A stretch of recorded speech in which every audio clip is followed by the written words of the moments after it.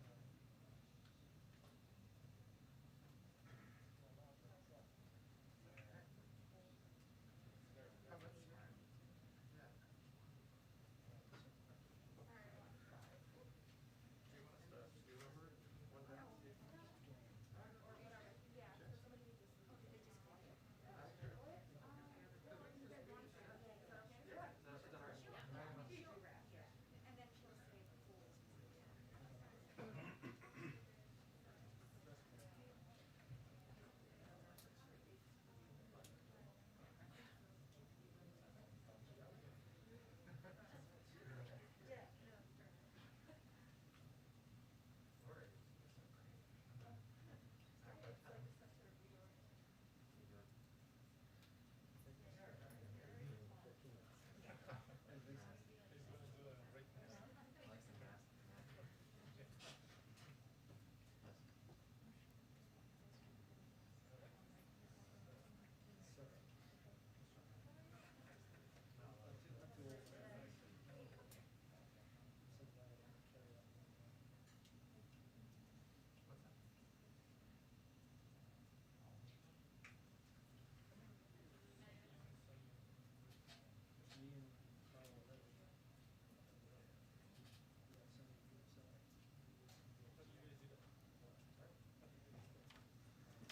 Hi, everyone. Good afternoon. Okay. I just have two quick items at the top. I know that some of the wires have to go. We'll let you know when you have to go, and we'll go to you guys first. Yesterday, HHS, Treasury, Labor, and OPM issued new consumer protections against surprise medical bills, specifically the rules designed to lower healthcare costs, prevent hospitals and doctors from taking advantage of their market power, advance healthcare price transparency, and expand people's ability to dispute claims denied by their health plan. This builds on a rule that was issued in July. Together, these new regulations will ensure that consumers are protected from most surprise bills, that consumers know how much health care will cost before getting care, and that providers, health plans, and issuers have a process to settle payment disputes. Also wanted to just give you a brief 3,000 foot on the week ahead, and we'll have more as the weekend proceeds. Of course, throughout the weekend and next week, the President will continue to make the case for his Build Back Better agenda and the bipartisan infrastructure deal.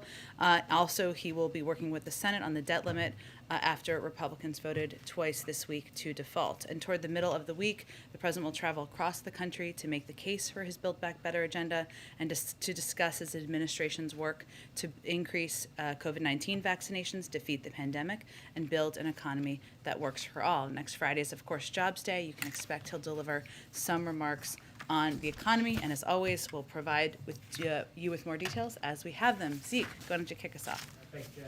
Why is the president going to the Hill today? What has changed in these talks that he believes now's the time to make the drive over there? And what is his message to House Democrats? He's going over there to make the case for his legislative agenda, which includes the infrastructure bill, and it includes his Build Back Better agenda. That would be in the reconciliation package. So he wants to speak directly to members, answer their questions, and make the case for why we should all work together to give the American people more breathing room. Does he expect to walk out of there with agreement, consensus for a vote today on the infrastructure package?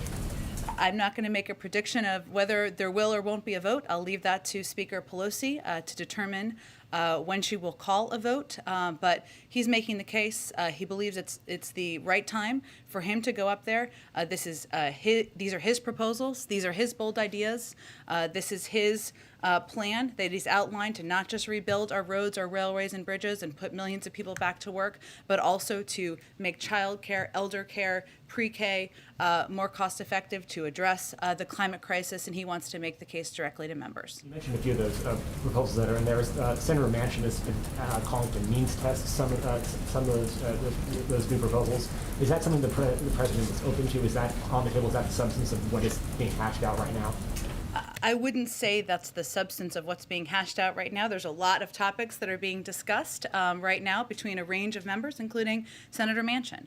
I know we've talked over the last couple of days a little bit about this proposal for some means testing. What the president supports and what the president is focused on is ensuring that these plans are targeted toward the middle class, help the middle class, and help middle class families prosper, give them breathing room. And so as you look to some of his past proposals, there has been caps on income on some of his past proposals, some that were implemented as a part of the American Rescue Plan. So certainly, whatever you call it, he's open to discussing that. Last one. We haven't really seen much of the president this week in public. Is it possible we'll see him? Will his remarks to the Democratic conference be open to the press? Will he make remarks? Will he speak to the American people today about the status of these negotiations? Well, he's visiting the Democratic caucus, and as you may know, and as the Speaker's office will confirm for all of you, they make those rules. We don't make those rules, and those are closed press meetings. But obviously, there'll be a press poll with him. In terms of whether he'll address the public or speak to all of you, we'll see. We're quite open, and he will make decisions hour by hour. Go ahead, Jeff. Jen, can you tell us what progress has been made in the last 24 hours or so on these two bills? Well, I can tell you a little bit about what's happened over the last 24 hours. So, and some of you have been watching this closely, but White House officials, including Chief of Staff Ron Klain, Counselor Steve Ricchetti, Domestic Policy Advisor Susan Rice, Legislative Director Louisa Terrell, NEC Director Brian Deese, have been speaking with leadership and members spanning the caucus daily, moderates and progressives, members of the CPC, the Congressional Progressive Caucus, Blue Dogs, New Dems, and problem solvers. They've been on constant contact and on constant phone calls, and also, as you know, many of those officials I just mentioned, Susan Rice, Brian Deese, and Louisa Terrell, were up on the Hill yesterday from about 3 p.m. until midnight last night, meeting with members, discussing with their teams what the path forward looks like. The legislative team has also made now at least 300 calls, or had at least 300 calls or meetings with members, chiefs of staff, staff directors, and legislative directors since September 1st, and our policy teams have also had dozens of meetings directly with members and their teams. I would say over the last 24 hours, you've seen, obviously there's been the pressure of a timeline, which often can make progress, can crystallize for people what's at stake. What we're all trying to do here, which is to make life better for the American people. There have been discussions about what the path forward looks like, productive, constructive discussions. And as we said last night in the statement I put out, we feel we've made some progress. Those discussions have continued today, and they're continuing as we speak. And it was that statement that I was referring to. Is Sure. there anything more you can delineate about what that progress is exactly? Well, I think we all know what we're trying to work toward here, right? It's not a state secret. There are a couple of members of the Senate who want to be comfortable with what the Build Back Better package looks like. There are a couple of members of the Progressive Caucus, several members of the Progressive Caucus, however you define it, who want to know there's a path forward on the Build Back Better agenda. What we're working toward is unifying a path to get both of these packages done. As a part of that, and we all knew this from the beginning, compromise is necessary. It's inevitable. Some have come down, some have come up in the numbers and what we're looking at here. That's what the basis of the discussion and some of the basis of progress has been. Just one quick question on North Korea. They've launched another missile. It's their second one this week. White House reaction to that and to Kim Jong-un's offer to open up a direct line with South Korea again? First let me say that in our outreach, as I think I'll start here, we've made specific proposals for discussion with the North Koreans, but have not received a response to date. So in our outreach from the United States, and we remain prepared to discuss the full range of issues. I believe in terms of the recent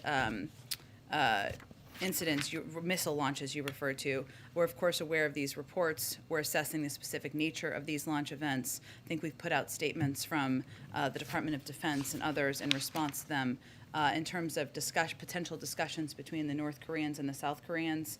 Obviously we've made our own outreach of potential engagement. I'd have to talk to our team if we have a more specific reaction. Go ahead.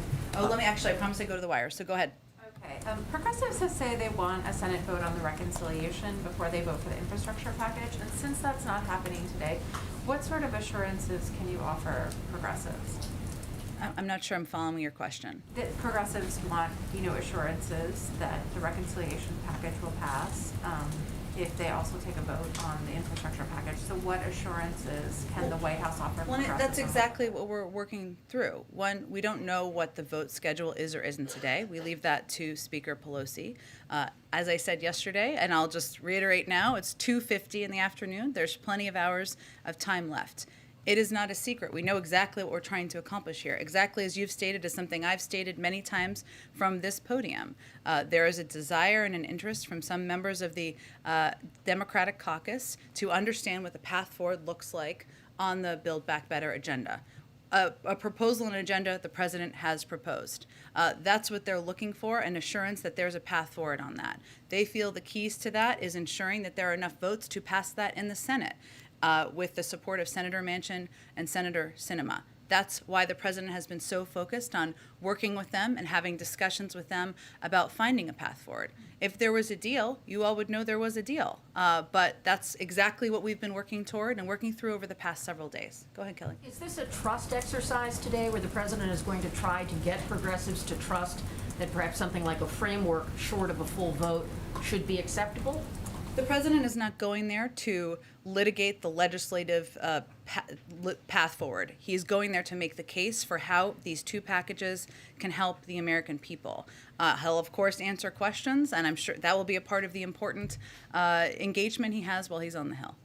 And some Republicans who were working with the president earlier in the process on the $1 trillion package, Mitt Romney among them, says this is profoundly disappointing, and he believes House Democrats have put their party ahead of the needs of the country. How does the president respond to that? I think maybe the time and energy of some of the Republicans in the Senate who voted in a bipartisan fashion to move the infrastructure bill forward should talk to Kevin McCarthy and some of the Republicans in the House who are opposing a bill, opposing a proposal that many of them had expressed support for in the past because they're either being pressured by special interests or by their own leadership, whatever it may be. So we'd suggest he spend some time talking to them.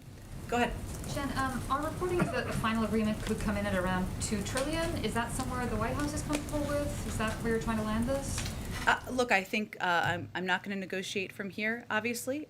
We know, and we've said from the beginning, that some will have to come up, some will have to come down. And if there was an agreement on what the final looked like, you would all know that. And in your statement last night, one of the common goals you cited was clean energy. Does that mean there's any kind of agreement on how you're defining clean energy? Because obviously progressives see it one way, but Senator Manchin has said he wants to include natural gas, which they don't agree with. Well, when we say clean energy, when I said it in the statement, what we're referring to is really steps to address the climate crisis. There are a number that are included in the infrastructure bill. There are also a number that are included in the Build Back Better agenda, including, go ahead, I'm sorry. We'll pause for a second. Go ahead. No. Thank you, Pool. Yes, thank you, Pool. And so what I was referring to there is in the infrastructure bill, it includes a number of key components in our view that will help address the climate crisis, investing in electric vehicles, getting rid of lead pipes, making sure there are charging stations. There are also key components in the Build Back Better agenda. All of those in our view are efforts to move toward a clean energy economy. Secretary Yellen said this week she would support eliminating the debt limit entirely. Would President Biden also support a solution that effectively abolishes the debt limit? Our focus right now over the next 17 days or so is plus or minus is getting debt limit raised in the Senate. That's what we're working toward. There's plenty of time after that to discuss what the path forward looks like. Go ahead, Jackie. Thanks, Jen. Did the president wait too long to get seriously involved in these discussions? I mean, this is happening so late that Speaker Pelosi is like using a legislative trick to pretend that it's still Thursday on the Hill to meet her deadline. Well, Jackie, I would say anyone who's ever been through a legislative fight before or covered it on the Hill knows that the negotiations and the deal making always happens at the end. It doesn't matter how the process works or how many weeks there are, it always happens at the end. We're clearly at the late stages of the process here. This is exactly the moment where people put their bottom lines down, they put their best ideas forward, and there's heavy negotiating. And that's exactly what's happening. And that's why timelines can help make progress. And then there are 3,700 Department of Transportation employees who are furloughed right now because progressives have so far declined to support this bipartisan bill that would renew their baseline funding, setting aside that there is discussion going on for a short-term fix that's possible. Aren't progressives squarely to blame for the furlough that's happening right now? Well, to be clear, I mean, every member of Congress is a free citizen who could vote to support this infrastructure bill, including Republicans. They could come forward and support it, as 19 Republicans in the Senate did not. Instead, they have chosen to be influenced by whether it's pharmaceutical companies or other special interests, or just to be strong-armed by their leadership, not to support legislation that many, including members of the Problem Solvers Caucus, suggested they may. So it just requires a majority to support legislation in Congress, and we haven't seen any real courage from the Republican side in the House. In the messaging to progressives about the value of this package, is there any discussion conveying from the White House that if this package is around $2 trillion, that the value of it, the investment of it, is actually higher because of some of the math that can be done? Is that kind of an argument that the White House is making to try to sell this to progressives? The case that the White House is making is that compromise requires everybody giving a little. That's the stage we're in. But no matter where we end, if we can get something done here, we're going to have a historic piece of legislation pass Congress that's going to have a huge impact on the American people. And that's one of the reasons the president wanted to go down there today and lay down and remind people. We get mired, everybody does, in kind of the mechanics of legislating, hugely important part, but remind people of what this is all about. And this is all about lowering costs for people. This is all about addressing the climate crisis. This is all about helping women and families get back in the workforce. And that's the case he'll make when he goes to the caucus. One more quick one. If the president can't get this across today after his visit to the Hill, what message does that send about the Democrats' ability to deliver, and what kind of impact might that have in the midterms?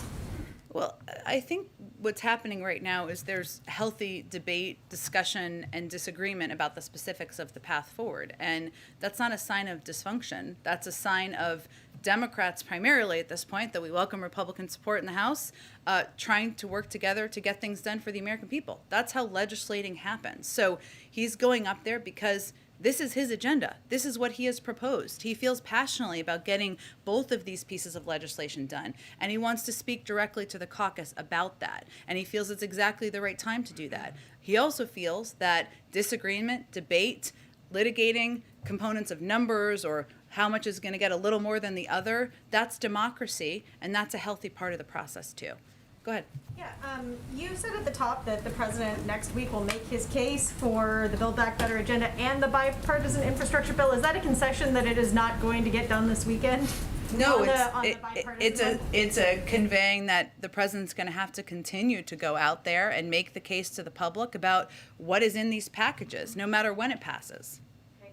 Soon, possibly as soon as this weekend, the United States is going to hit 700,000 deaths from COVID. When the U.S. hit 500,000, the president paused and essentially held a memorial. How does he intend to mark this next terrible milestone?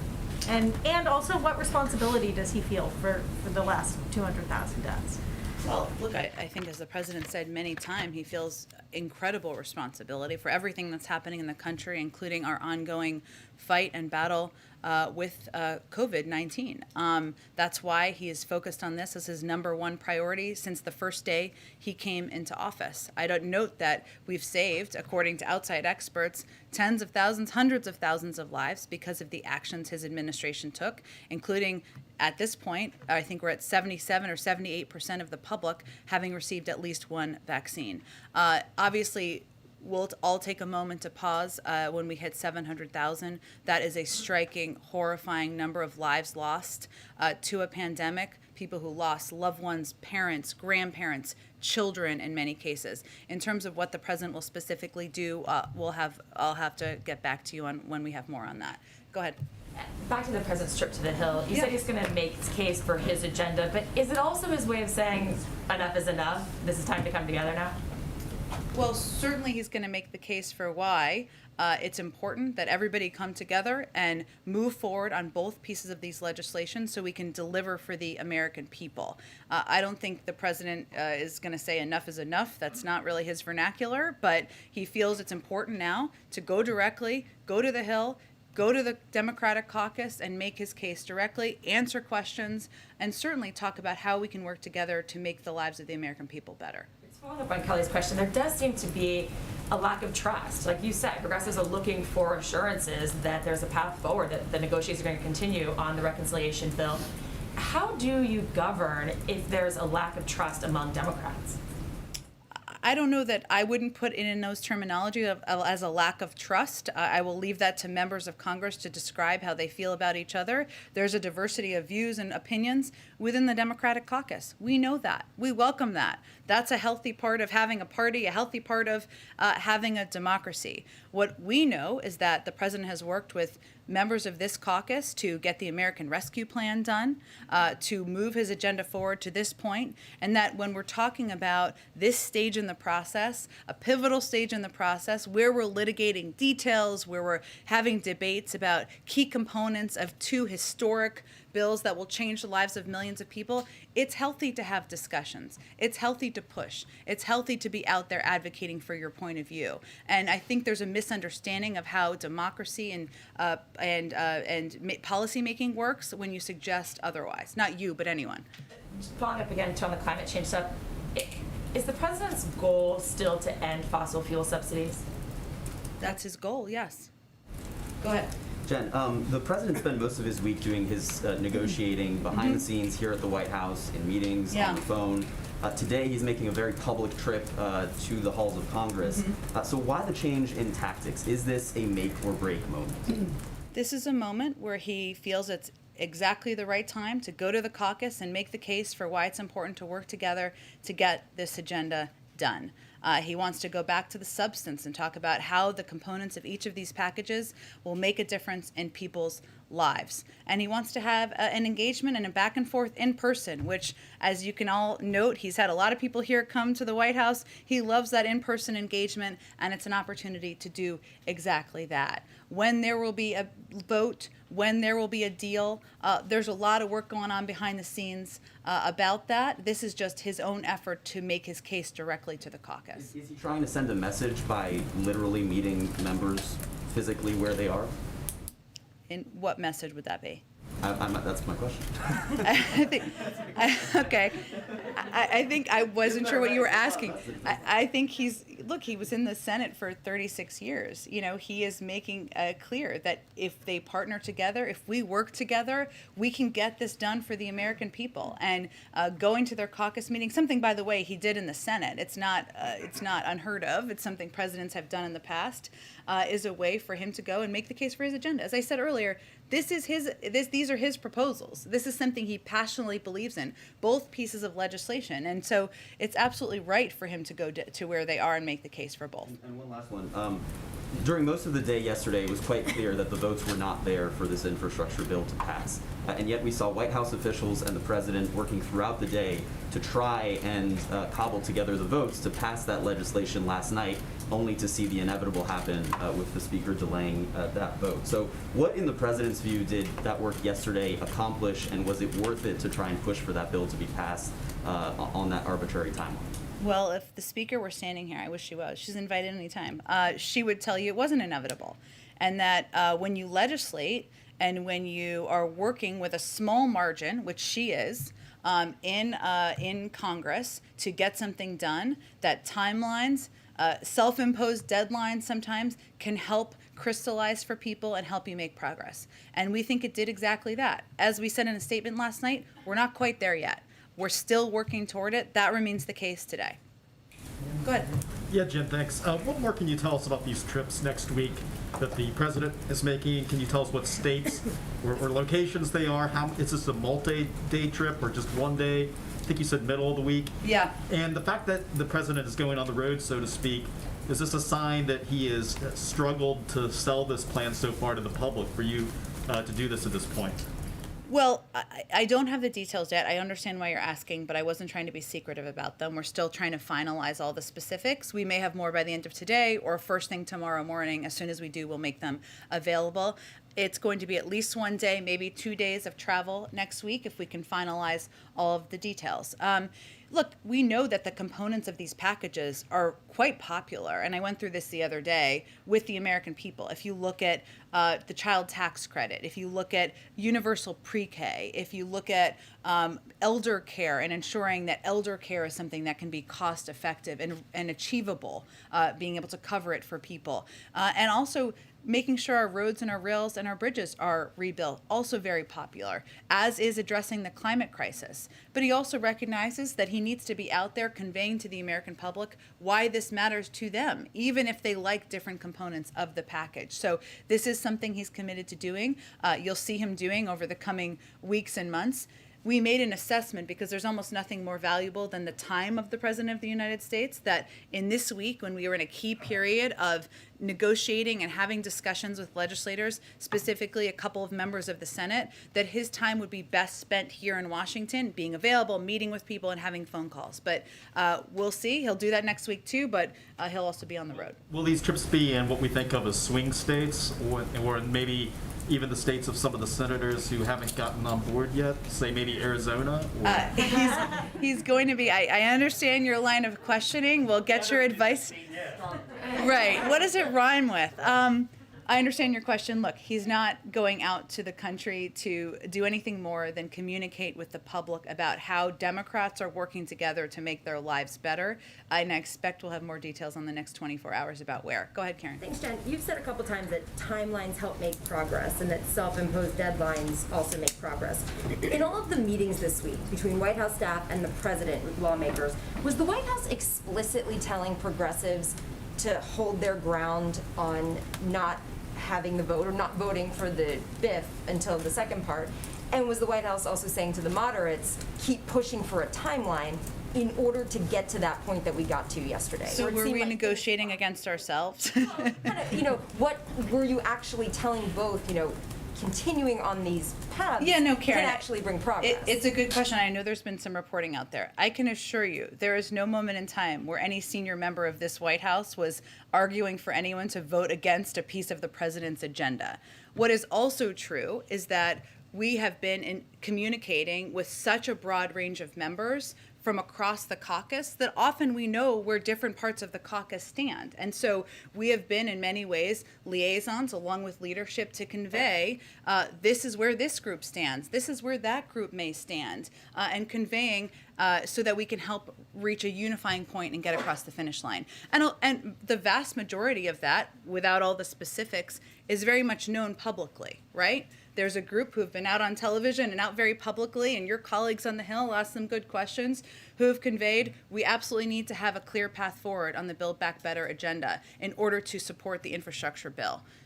They're also a group that has conveyed that they want the infrastructure vote, otherwise they're not going to support the reconciliation package. So what we're trying to do is gather all the views, gather all the voices, figure out what everyone's for, and try to get both pieces of legislation passed. Follow up on my colleague Mary Alice's question. Like, you're getting all that together, figuring out where everybody stands, and they're making it very public. But is there a point where the president says, we know where everybody stands, but now everybody has to just put aside some of those red lines and get behind his agenda to get something done? Well, I think I understand your question, but look, and he's going to make the case for the importance of getting his agenda done today, right? These proposals when he goes to the caucus. But ultimately, it's a separate branch of government, right? Individual members have a vote. That's how the United States of America was set up. And I think you've met a lot of these people. They're not looking to be told what to do or have their arms twisted. They want to be a part of the discussion, a part of the engagement. The good news is, if you've heard and you've seen many of these members from all sides of this debate out there saying, we're making progress, we're getting there, we're getting closer to an agreement. We agree with that. And so we're going to continue to follow this path. Go ahead. I just wanted to follow up on that question about the White House being perceived as talking out of both sides of its mouth, for lack of a better way of saying it. This morning, Ron Klain retweeted a message that was supportive of House progressives who delayed last night's vote on the 5th, saying that that they were putting the Biden agenda on track. And I'm just wondering if you could kind of clarify Ron Klain's sort of seeming support for that track of ideas versus what you've been saying all week, which is that we were trying to get this done. You have caught us. Ron Klain retweeted to send a secret message to the country that we were litigating against ourselves and arguing against our agenda. Come out to the briefing room or sit down with us. All kidding aside, Amy, I know there's been questions about this, which I was sort of touching on before. Look, we believe in the Build Back Better agenda, something that I think everybody would argue the many members of the Progressive Caucus are most excited about, right? About any component of the agenda. I think that Ron Klain, the chief of staff, who I think most people know who he is, was just echoing the fact that there are a lot of good components of that agenda and we should get it done. Sometimes a retweet is nothing more than that, saying the agenda is good. We also know that, as I said earlier, that there's a need to work with members in the Senate to get them to a place where they have a commitment to a clear path forward on this agenda. So no, at no point have we been arguing against or whipping against our own agenda. That would be terrible legislative and strategic strategy. I think everyone can agree. But we do feel strongly, and the president feels very strongly about getting both pieces of these legislation done. And so he is working for all the people who are excited more about one than the other to get them all excited about both pieces and supporting both pieces. Go ahead. Yeah, thank you, Jen. Senators Manchin and Sinema have been wearing out a path between here and Capitol Hill in the past few days. Yesterday, at least, Senator Manchin was forthright with reporters in saying that his top line is $1.5 trillion, which may have some impact on the breadth and length of the reconciliation bill.